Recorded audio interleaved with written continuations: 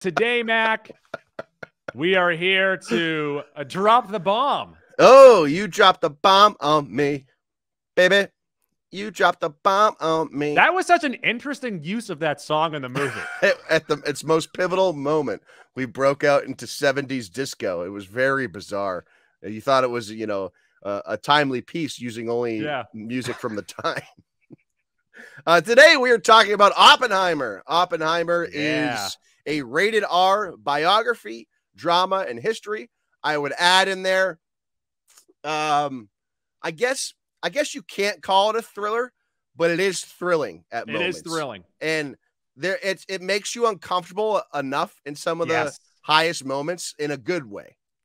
Yeah, I felt such great anxiety throughout the movie. Anxiety inducing, I think, is what we could call it. Is that what we love? We love anxious movies. Yeah, but some people don't. I know. I was going to say, because we love uncut gems more than most. Yeah. And I love how, weird and, what's the word I'm looking for here? I'm doing the Shaq squirmy thing. Yeah, squirmy. I feel squirmy watching this movie, especially, and there's not a ton to spoil here just because it is historical, and we won't get into too much of the spoiler stuff until later. But when they're doing the bomb test, when they're for doing 20 minutes, I'm like, I think there's a difference though. The difference between this movie and a movie like Uncut Gems is this is anxiety inducing, whereas Uncut Gems is anxiety driven.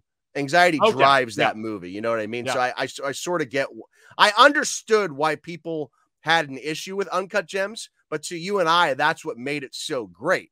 And I think that's kind of what you're getting at there. Yeah. And before we get started with this review, Mac, I am here to apologize. Oh, yeah. I don't think an apology is necessary. I'm going to do it anyways, Mac. It's not like you pooped on the movie. Well, over the last 6 months, whenever we got any news of Nolan being a little over the top with his description of this movie, or an actor talking about this movie, or the 11 miles of film, or anything else in News Dump that we decided to have a little fun with, I'm sorry. It's all worth it, and it's all true. Yeah, fair enough. I accept your apology. Christopher Nolan accepts your apology. It was a little fair to start with the Nolan criticism because in the 9 years since Interstellar, all we had gotten, and Interstellar is an issue with some people love that movie, some people hate it. I find myself being more in between, oddly enough.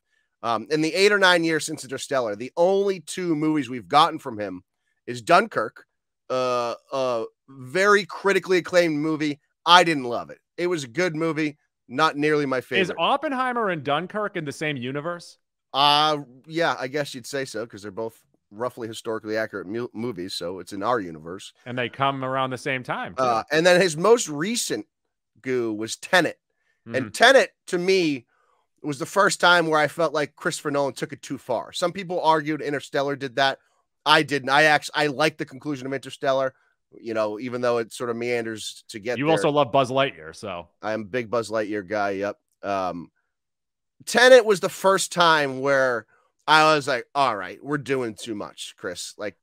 Rein it in a little I bit. still question if we saw that in IMAX first, not on our phones, would we have liked it more? Right, because notably we watched it on our phones together.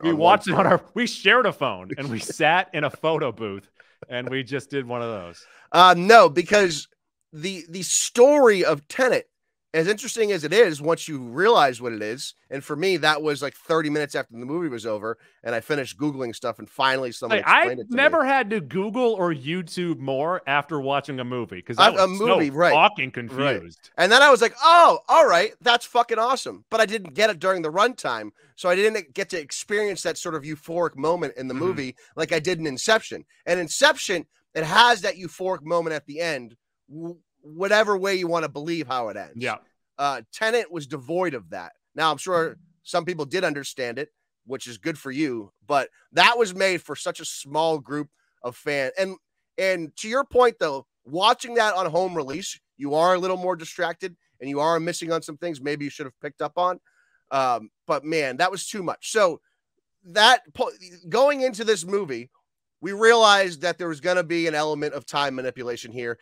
you know what? There really wasn't. He does tell a non-linear story in here. It's non-linear, but it also kind of is. Like, he still tells it in the points of, like, here's him in college, here's the bomb, here's after the bomb. Yeah. It's a non-linear story, but he doesn't manipulate time in this. For the first time in every other movie I've seen that Christopher Nolan has made, he manipulates time. Except for that part in the middle where Albert Einstein is like, Oppenheimer, are you ready to time travel? Did you find Einstein a little distracting? At first, but then I really liked the portrayal by the end. I did too, because at first I thought he was like some weird old guy, like this oaf like who lost his hat. Yeah. And then you realize he's like so all-knowing that he's just like done going through it. He's like when we first see him, his pants fall down and he goes, oh, not again. Pulls his suspenders up. For me, because of what I just said, how he doesn't manipulate time, and it is a mostly historically accurate story. I mean, I don't know what wouldn't be accurate. I'm just saying there probably is something in there. Like, for example, the internet hates the 50-star flags when there should have been 48 stars. Okay, so the internet, I know that his grandson hates the Apple part of the movie and says that never happened, but there's parts in books that says that it does. So I don't know. Also, it adds a layer to the story. It sure does. And all this is a roundabout way of me saying that this is by far Christopher Nolan's most accessible movie. And if you don't know what that means, it means you can watch this movie and understand it immediately. Where in most other Christopher Nolan movies, even the Batman movies get a little convoluted. There's no convolution in here. It's straightforward. What's put onto screen is meant to be understood by you immediately. You don't have to overthink it. You ready for this? You can put this on the DVD because Christopher Nolan likes having hard copies of things. This is a film made for moviegoers. Yes, that's a good way of saying that. All right, I'm done, guys. I don't think that's quite making the cover because someone's going to read that and be like, what the fuck does he mean by that? You made it more confusing than it had to be. Scorsese will be like, I get it. Goo, speaking of Christopher Nolan and his catalog, this movie on Rotten Tomatoes has 94% from the audience, 92% from 94% from the critics, 92% from the audience. And amongst other Christopher Nolan movies, that is fourth highest. The three above it being Memento, Batman Begins, and The Dark Knight, which is understandable. They're all great movies, yeah. And this, even though it is made for moviegoers, is not quite a blockbuster, right? It's a film made to win awards, ultimately. It's close. It's really that in between, though. It does marry the two things well. It's tied with The Prestige at 92%, just below. Also great. 91%. On Metacritic, this has an 88, the second highest ever from a Nolan film. Number one is Dunkirk at 94. The two behind it to close out the Rushmore, Dark Knight at 84 and Memento at 83. So I would say going into this movie, first of all, it's very surprising, and I have some Nolan facts as we get on here. It's very surprising. Can you think of a good name for that segment? No. Your Nolan facts segment? It's very surprising to sort of think about, as relevant as he's been in the film industry for 20 years. Do you know Nolan? He has yet to get his flowers, Gil. And you know what's going to happen in 6 months? He's getting all the fucking flowers for this movie. So he's going to get it. I think that Murphy's going to get it. I think that Downey Jr. is going to get it. I think that Blunt's going to get it. I think there's a lot of awards happening here. Also, and I'm curious, I was talking to someone about this, but a human with being. A lot of these movies that are coming out in the fall being delayed, how will that affect the Oscar bait movies? Will those also get pushed? Good point. Because if that's the case, not a lot of competition out there. You could also see them like they did a little in 2021, pushing off the Oscars a little bit or opening up the window as to when movies could be considered for the 2024 awards for 2023. So that'll be interesting to see what happens there. Like they'll be like, okay, up for best male actor in a movie, even though I think this might be a female. Cocaine Bear versus Cillian Murphy. It's a mama bear, right? Goo. This movie, of course, was written and directed by Christopher Nolan. Yeah. And this movie that Nolan wrote is based on the book American Prometheus, The Triumph and Tragedy of J. Robert Oppenheimer. And they do toy with that theme too, the whole Prometheus idea and sort of being like above everyone and controlling the fate Can of I ask you this everyone. question? And you might not have these facts in front of you. Okay.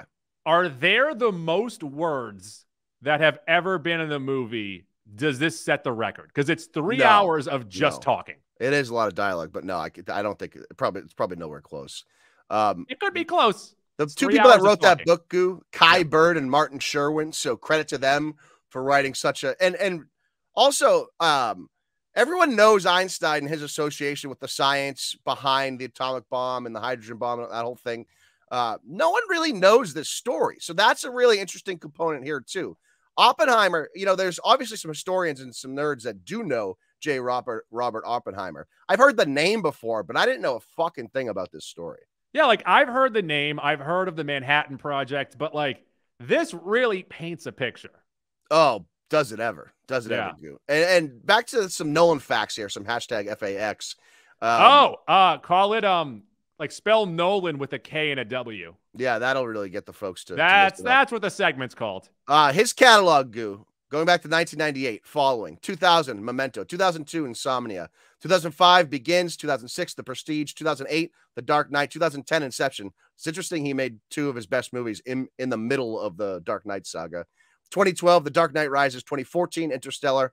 2017, Dunkirk. 2020, Tenet.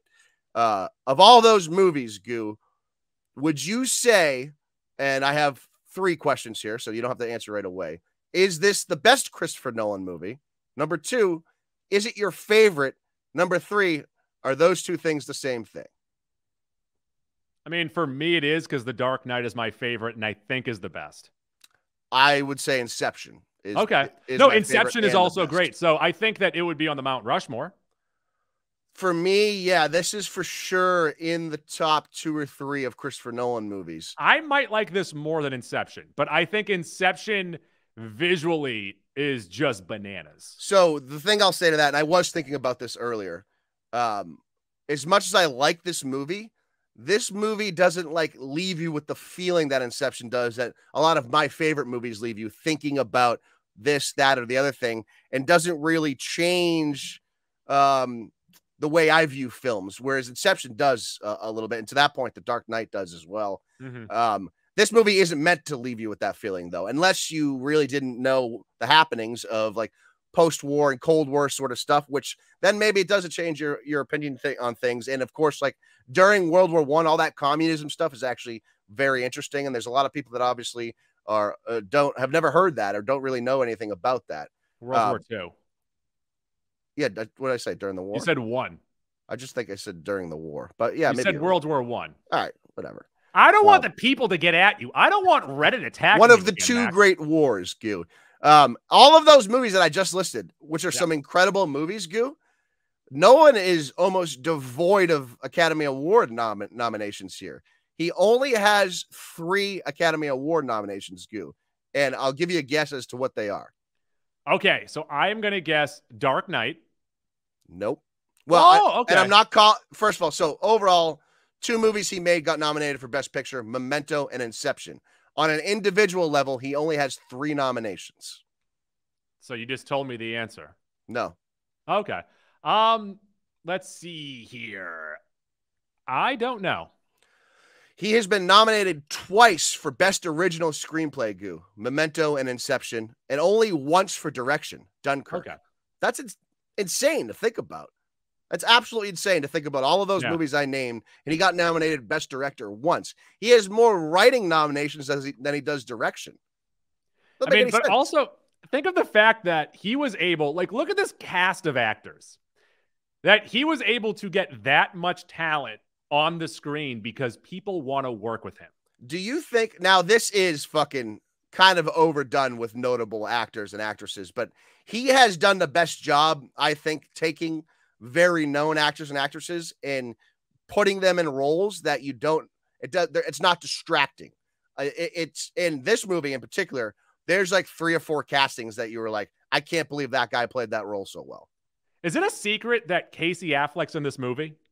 I don't think it's a secret, but yeah, he's definitely not billed as being in the movie. He's not billed, but like when he pops up, I was like, who's this? Yeah. And then you see him, you're like, what is happening? He's fucking great in that role. Oh my God, he's amazing.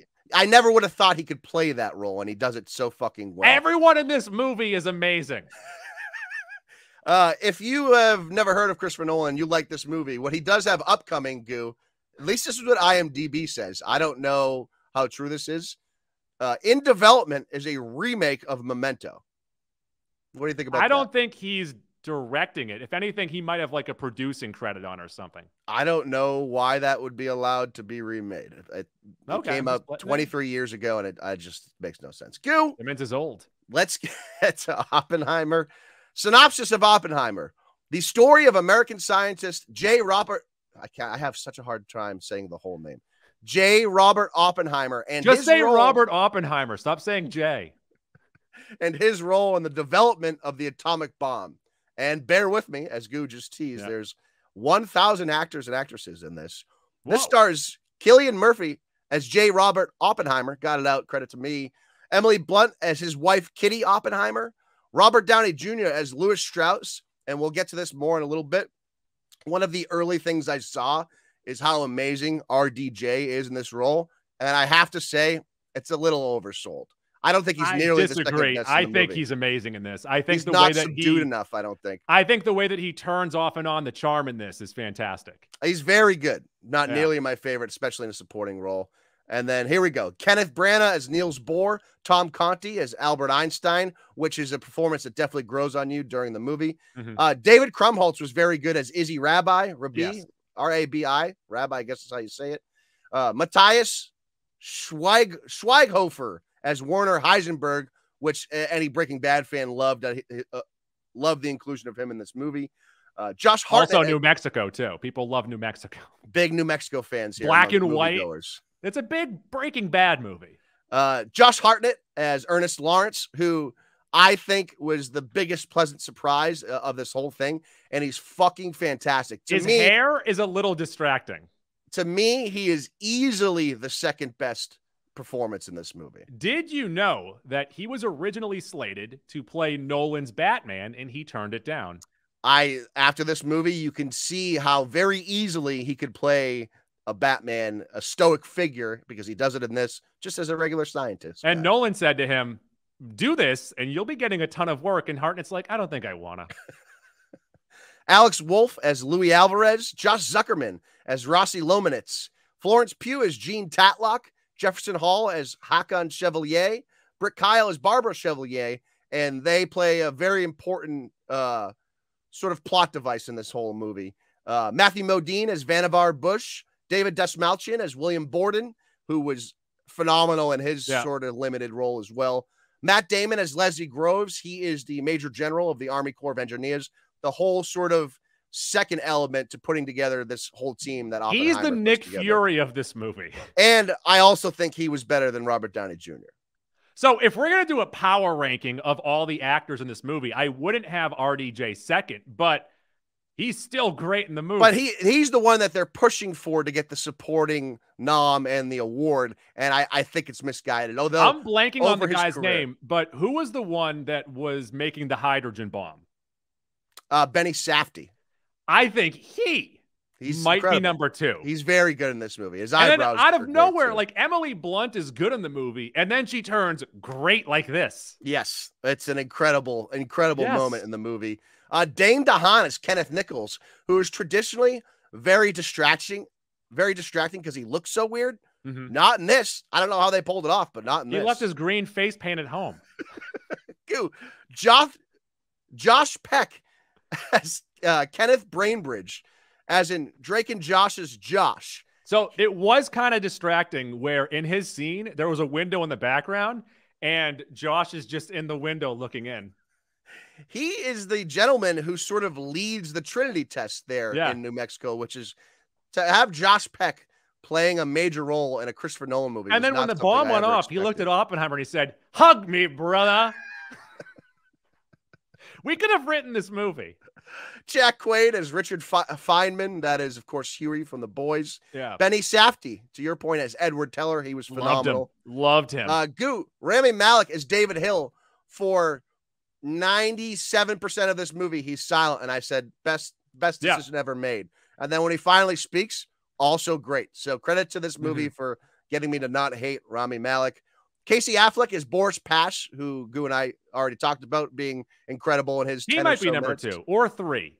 He's quite good. This movie is just performance after performance. And it's led by Cillian Murphy is in all 3 hours of this movie.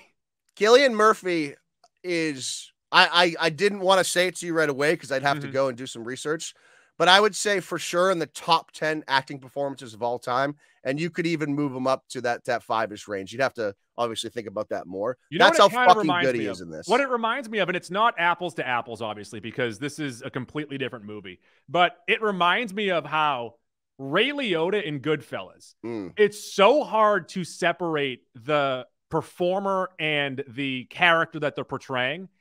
It's kind of like that, how they just dominate the screen the entire movie. And to your point, at different ages, and you feel the nuanced difference in the acting at those ages, which is just so fucking impressive. Oppenheimer in the background of the interrogation scenes, in the background of those court scenes, he's just so good. Yeah. Just watch him in the background. The stoicism. It's incredible. And for him to be able to big, wide, gaping, empty eyes. For him to be able to convey the kindness still to all his co-workers, even after they kind of put him down, is truly impressive, because even like his wife doesn't want to, and he's still able to do it. Well, they play it as this all-knowing person that wants to learn more and understand more. Yeah. That's essentially all he wants to do on every level of his life. Yes. Goo, the final 3 here before we get into this movie even further. Gary Oldman plays Harry S. Truman and chews up the screen quite a bit when he's on. My favorite scene of the movie. It is, I almost laughed out loud. I liked when he was leaving the room and he was like, make sure that fucking idiot doesn't get back to my office again. When he handed him the tissue, I was like, fucking amazing. Yeah, because he goes from buddy to he flips the switch where he's like, all right, this fucking guy sucks. Yeah. That was the line in the movie. This fucking guy sucks. And then finally. And he dropped the Southern accent too. Jason Clarke as Roger Robb, and our pal Han Solo himself, Alden Ehrenreich, as the Senate aide there at the end. He was good. I liked him in this. The shit-eating grin that he conveys was fucking phenomenal. All-time shit-eating grin. Goo, before I get into some of the historical stuff about this movie, do you want to speak about the movie before I speak for like 3 minutes here? Let's see here. I like on the cover of Times after he dropped the bomb, the cover title said "Bomb Daddy." So they refer to him as. All right. Good input, Goo. The movie. All right. Mute his mic. The movie, even though it's billed as the story of Robert Oppenheimer and how the atomic bomb was built, is like so much more than that. Every other level, it gets so deeper than that. It gets into like the American feeling and how the people were thinking and doing in that distinct time post World War I, during World War II, before the war is over and the war is won, and how all of those influences end up in, like, I guess 3 distinct groups, and how the politics surrounding that affect how the bomb comes to be and how that team is put together. And that's super interesting to see, like, Damon and Cillian Murphy going through that with everyone else and how they sort of convey. And that's where Damon's magic comes in here, is he's so good at being this general that's sort of hard-assed with Oppenheimer and the scientists, but on the back end, he's actually kind of sleazy and he's helping them out as much as he can. And sneaky, he went to MIT. Right. Yeah. So he also kind of understands everything they're talking about to a certain degree. So the influences, all that surrounding politics and the era has on the bomb making, I think is the true magic of this movie. Of course, Cillian Murphy's great, but it truly captures like how the normal everyday person is feeling, and it gets into the Communist Party and whatnot. And then you have like your classic conservatives and the conservative scientists, which is how Josh Hartnett's Ernest Lawrence plays into this. Like, he has such a hard time marrying his personal beliefs and mixing that with the essence of what his job is, which is to push boundaries and really not believe what you're told. But then in his home life, he's kind of doing the exact opposite of that. And so that's where the conflict comes between Oppenheimer and Lawrence, is that very essence. Like, Oppenheimer's like, hey, what we're doing here, why don't you apply that at home? Because it seems like you're doing the very opposite of that. And then that's like, to me, that's my favorite relationship in the movie is the Hartnett, Cillian Murphy stuff. There's some great scenes in Agreed. there. And that's what this movie does a good job of showing too, is how Oppenheimer sort of uses his scientific brain and basically applies that to every level of his life. He dips how he his toe- essentially becomes a politician. Yeah, Like, he and dips how little he actually had to do with the making of the bomb. Yeah, he just put together the team, Yeah. really, which and is then managed huge. the team and had Yeah. the idea to build a town to build this bomb and keep everyone there for so many years. Let me ask you this question, and I believe this 100%, is while they're in that town, they are in the town for 3 years, and at one point they look around and every woman there is pregnant. Yeah, that was a Do great you believe that they are all Oppenheimer's babies? He was just fucking everyone. He likes to put his dicks in it. That's one of those little small touches that really gives the audience a full understanding of what's going on in that town and like how isolated they are. It's just they have nothing to do but work, get home, drink, and then fuck each other. That's it. Think of all the pandemic babies. You're right. It's similar, very similar to that. And back to like Oppenheimer dabbling. Like he has his toes in a little bit of everything because he believes. Are you talking about all the women he's banging? Yeah, he's dabbled in all the women. But he believes it's his job to explore and investigate everything, including religion and thoughts on God and that whole thing. And ultimately, it's what becomes his undoing because the American politics and politicians don't want people asking questions. And all Oppenheimer does is question everything. And that's obviously been a back and forth in American politics for a really long time. But they do a perfect job personifying that with Oppenheimer in this movie. Goo, one of the big things in here, and I don't know if people really realized how popular this was during World War II, but the American Communist Party had some real movement there in the 1930s and 40s during this war, and it was hush hush, but it was also very known by everyone, and that's why the FBI is investigating the Communist Party because they, in their head, said, "Oh, the Communist Party here must be tied to communists in Russia, communists elsewhere." So there's this whole Red Scare thing that goes on in this movie, and is done so well in the third act of the movie. But like you've never really seen that represented on screen the way this movie does it, and it doesn't necessarily apologize for any of it, but it humanizes those people and shows you the thought process in all of it, where it sort of came more from like critical thinking than it was anything else. Really, there wasn't as what's the word here? It wasn't as nefarious as it's been played out in American history. Yeah, I can absolutely see that. It's a lot of questioning. And then the Cold War comes about, obviously post World War II, and they also do a good job in this, showing how even during the war, even while fighting the Nazis, the top American politicians and warmongers were way more scared of Russia than they ever were of Nazi Germany, which is like really funny to think about and how true it really was. Yeah, keeping them an arm's length away. Yep. And there's three distinct timelines in this movie. It's Oppenheimer, that lab, Los Alamos in 1939 to 1942, building up to the Trinity test. And then you have the 1954 security clearance hearing, which is the whole Red Scare stuff with the council that Strauss appoints because he is in charge of the Atomic Energy Commission. And he ends up learning stuff about Oppenheimer to use against Oppenheimer. And then finally, the third timeline that really just takes place in the third act is the 1959 Senate confirmation for Louis Strauss. And I would say the biggest detractor for me during watching this movie was that third act and during this sort of Senate confirmation. So I disagree. I was really pulled into that because just the overall trial and, is he un-American of Oppenheimer, especially after now he's dealing with that grief and the guilt, put it in quotes, of what he's done, and he didn't have control over the bomb, and him and the other scientists, they made the bomb to combat Nazi Germany, not Japan, but he also loved the fame.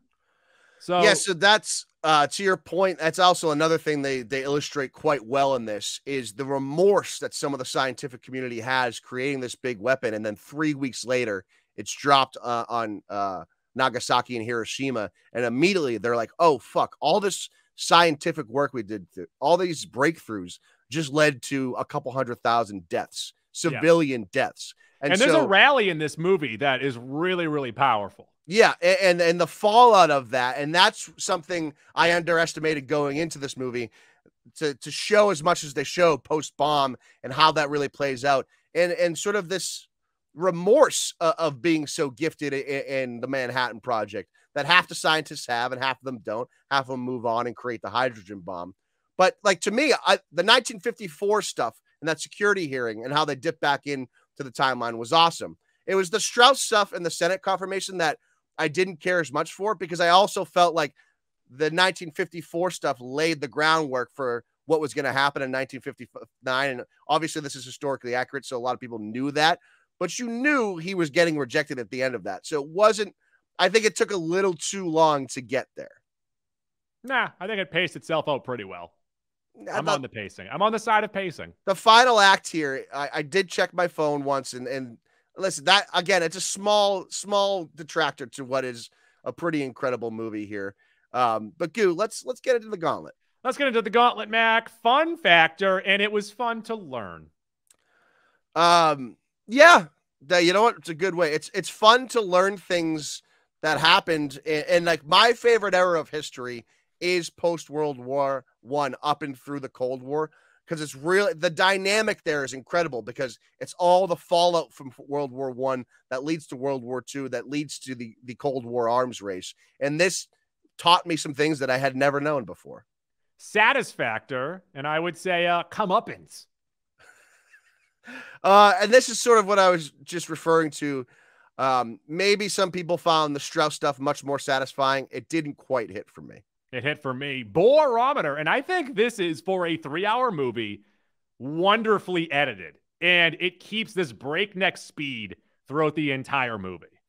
You did have to put a caveat in there for a 3-hour movie. Oh, fuck you, dickhead. You did it. You said it, not me. Go check the tape. You said it. Post Trinity bomb, I checked my phone once about 10 minutes after to be like, all right, I need to see how deep we are in here, because what's happening right now isn't that interesting. Yeah, you picked up your phone and you texted me and you said, I wish that Oppenheimer was played by Sheldon from the Big Bang Theory. I did. That's the one thing I said. I'm like, the movie theater. That seems weird, but I'll check it out. To this movie's credit, it wrote me back in. When I thought it was kind of losing me, it wrote me back in. But unfortunately, I did check my phone once. Halloween, will this movie wane over time? And I guess there's only one way to go. Yeah, it being a 3-hour movie, it has to wane a little bit. But this is a movie that maybe it'll wane after the second time for me. I want to see it again. That's how good this movie is. But also with that fast-paced dialogue, you might have missed something. Or were you at one of those screenings where people kept on complaining that they couldn't hear a lot of the dialogue? No, I didn't know that was a thing. I've heard people complaining about like the sound mixing. I heard every piece. What is happening to people? I know. I didn't hear that complaint. That's maybe really if I bizarre. watch it with closed captioning, maybe I missed stuff. I don't know. Aquator, it's better than Aquaman. Oh yeah, it's almost offensive to even mention that movie. Pants Tan City, Excite Bike Mania. The whole builds up to the bomb really got me going. The last like 10, 20 minutes before the Trinity test is so fucking like anxiety inducing. And you're like, even though you know it's successful, watching it play out still gave you a bit of anxiety. And Goo, also for me, I thought a top 3 or 4 scene in this movie was Emily Blunt's testimony in the 1954 council hearing. That was fucking incredible. Great scene. And of course, when he dropped the bomb, he looked at the other scientists and he said, "Bazinga." He dropped a mic. Yeah, that's one of, when Mac and I remake this movie with Sheldon from the Big Bang Theory. It was his idea. Max, credit union. Who are you giving credit to? So I'll give credit real quick to Josh Hartnett, because I want to see Josh Hartnett in more dramatic roles like this. But credit here to, again, Cillian Murphy putting on one of the best and if someone said it was the best, I wouldn't argue it, performances of all time. Yeah, I like when Hartnett said to Murphy, "I've been here for 40 days and 40 nights." Because everyone just started quoting all of their movies. He made everyone pregnant, actually. That's who did it. Like when his friend there, he looks at him and he goes, "There's 10 things I hate about you." Is Josh Hartnett in that movie? No, the other guy there. His friend from the train who always gave him food. Hot dogs, Mac! And for those of you tardy to the Mac and Goo party, we rate everything on a 40 hot dog rating system. Mac, I already said this. This is a film for moviegoers. And unlike a lot of biopics, there is no role in this movie. There's no performance in this movie that is distracting. Like, we have had so many biopics over the past decade where it's really good, but there's one person that overdoes it. And you're like, I cannot take this. Yeah, so to your point, distracting in a way that's unhuman-like, distracting in a way that never actually happened. Like, this movie does such a good job with powerful but subdued performances. And almost every single character, like, I think the most out-of-place guy is probably Josh Peck, just because we know him as Josh. Yes. But it's still done so well that I just fucking overlooked it. It didn't bother me. And of course, speaking of the main star of the movie, I've already made the comparison to like a Ray Liotta in Goodfellas, where it's just such a dominant performance. And his eyes, the way that he is able just to stare off and have the blue empty, eyes. just it punches up the grief and the conflict and of the consequences of what he's dealing with. It's also like he has this Orson Welles-like voice that works perfectly in this movie. Yeah, it's quietly intimidating. How do you feel about his clothes, about those high-waisted pants? I love the high-waisted pants with the tie that comes down to the nipples. It's incredible. It's like right here. Yeah. That's it. I liked Emily Blunt in this movie, and then I loved Emily Blunt in this movie. Yep. Like, she built it up slowly where you're like, okay, let's see where this is going. And then she just absolutely crushes it. Yeah. And she almost didn't get enough screen time, if that makes sense.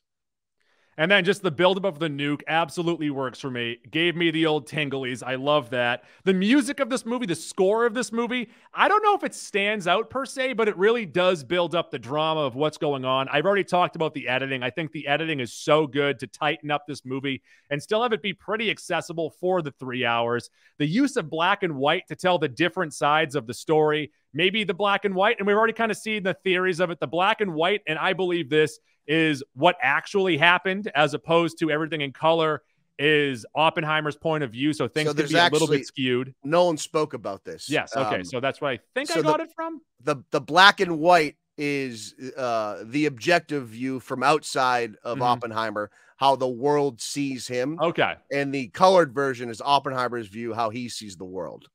And then just the questioning and the interrogation as the backbone of the movie really kept it moving. I got it at 40 hot dogs. Whoa. Is this your second 40 of the year? Second 40 of the year, the fourth 40 in 2 years. Am I giving out too many 40s? Maybe. Who knows? Who cares? Goo. This movie is a masterpiece. That is on the cover of Mac and Goose poster. I don't know. ... Who cares? This movie is an absolute masterpiece. I think objectively one of the greatest movies ever made. And so initially when I was leaving the theater, I was toying with the idea of like how it's not a 40 dog movie, because when a movie's so good, you have to weigh it against other 40 dog movies and what might knock it down and what not. So I was thinking about, you know what, I did check my phone. That third act didn't quite hit as much as maybe it should have. And then, of course, anytime there's non-linear storytelling, and this is the thing in every Nolan movie, it's a staple of Christopher Nolan. It can be a little annoying at times, and it was a tad annoying a couple times in here, but they pick it up enough when you jump back that you're like, all right, never mind. So you're just so invested in what's happening on the screen at almost every waking moment that it's just really hard to knock this movie down.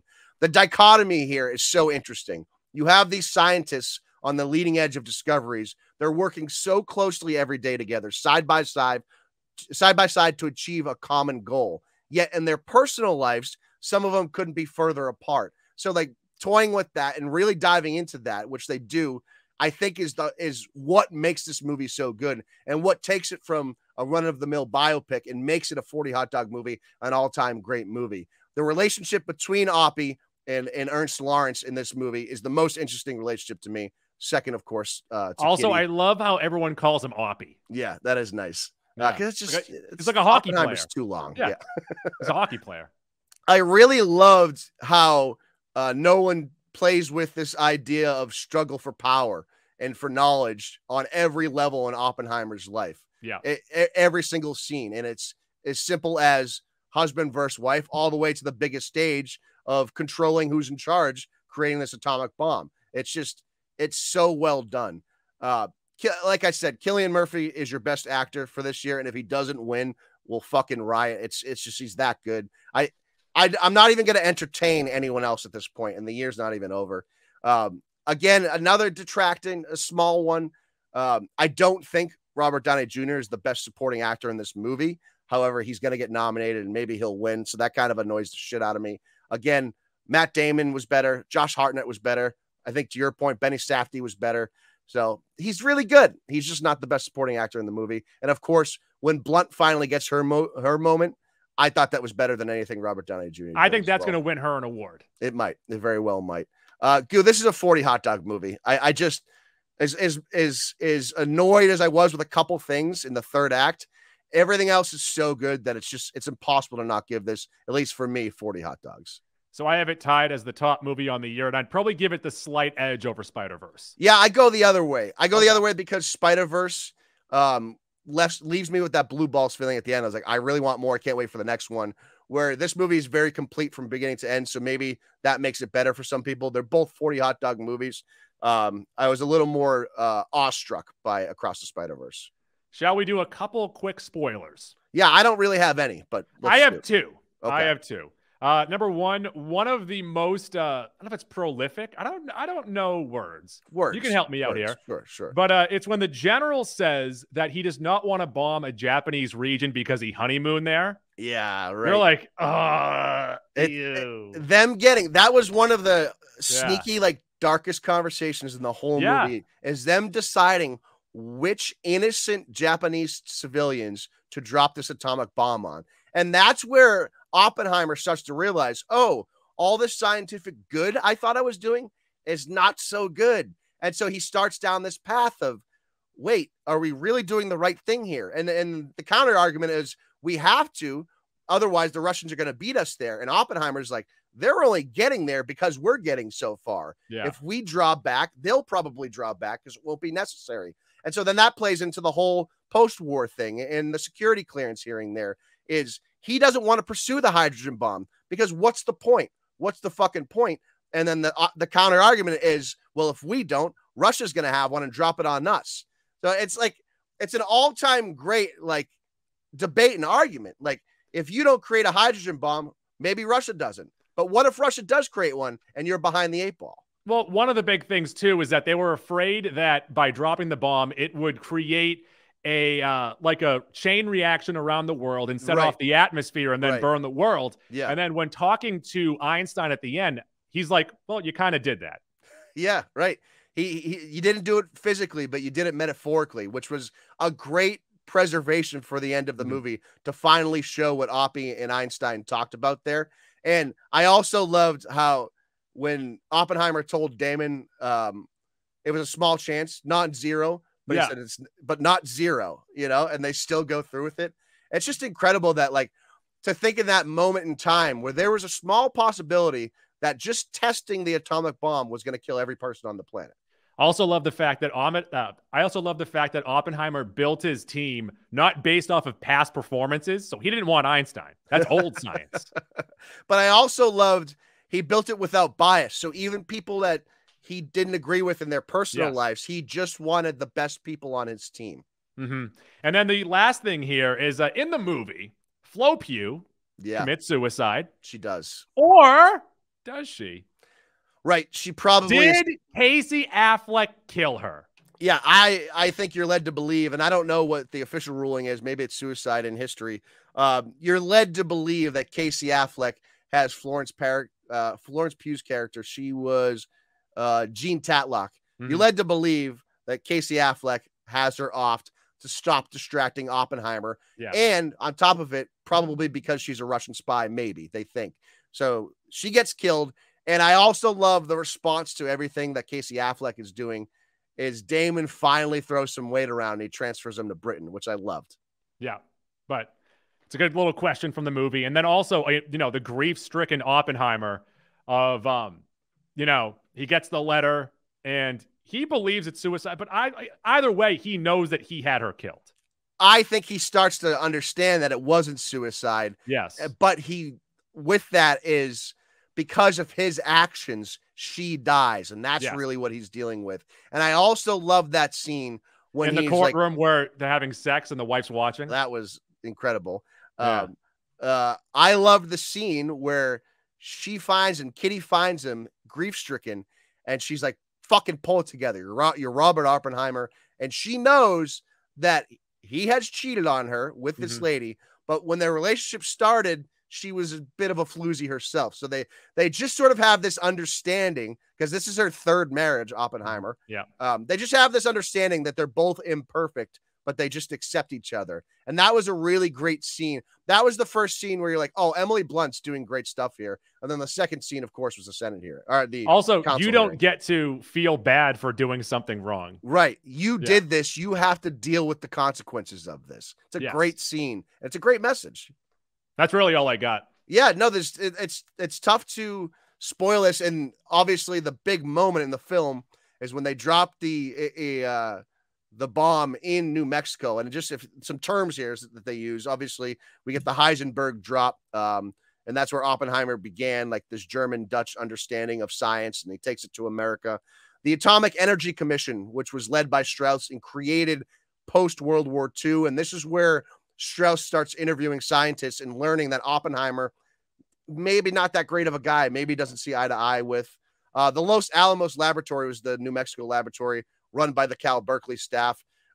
They chose this site because that's where the Oppenheimers just had a ranch, which I thought was a cool little tidbit. They were very familiar with the area. They tested that bomb, July 16th, 1945. Test was successful. They dropped those 2 atomic bombs on Japan August 9th. Such a quick turnaround. It's kind of crazy. And so it's funny to think that those scientists have such a celebration on July 16th. And then August 10th, they find out that their scientific advances murdered hundreds of thousands of people. It's just to like try to wrap your mind around that is crazy. And of course, the 2 bombs were created with uranium and plutonium. And then the Einstein scene we're talking about here that happens later on takes place on the Princeton grounds, which Einstein was working for Strauss at Princeton. And you're led to believe, because Oppenheimer kind of poo-poos Strauss, is really where the game begins between those two, sort of unbeknownst to Oppenheimer. Yes. That's it. I'm paying attention to you. Don't worry. That's all I had. That's it. That's some good. We'll call that segment Noppenheimer, like knowing Oppenheimer. I actually think you might like this movie a little bit more than me, but the history nerd in me really loved the attention to detail, and more so like capturing the essence and the feelings of the time. It's just really hard to do that. It's really hard to do that. It's really hard to have actors convey that. This movie is just so fucking good. It's an interesting debate for the end of the year. Now we still have a couple movies that have yet to come out. Across the Spider-Verse versus this for the best movie of the year. So we've got ourselves a Devil Box Thumbs Up Magoo. Oh hi, it's Goo from the Mac and Goo Movie Club. If you like what you just saw, you can find full episodes of our program on Apple Podcasts, TuneIn, Stitcher, CastBox, iHeartRadio, or wherever podcasts are found. And now it's time for girls jumping on trampolines.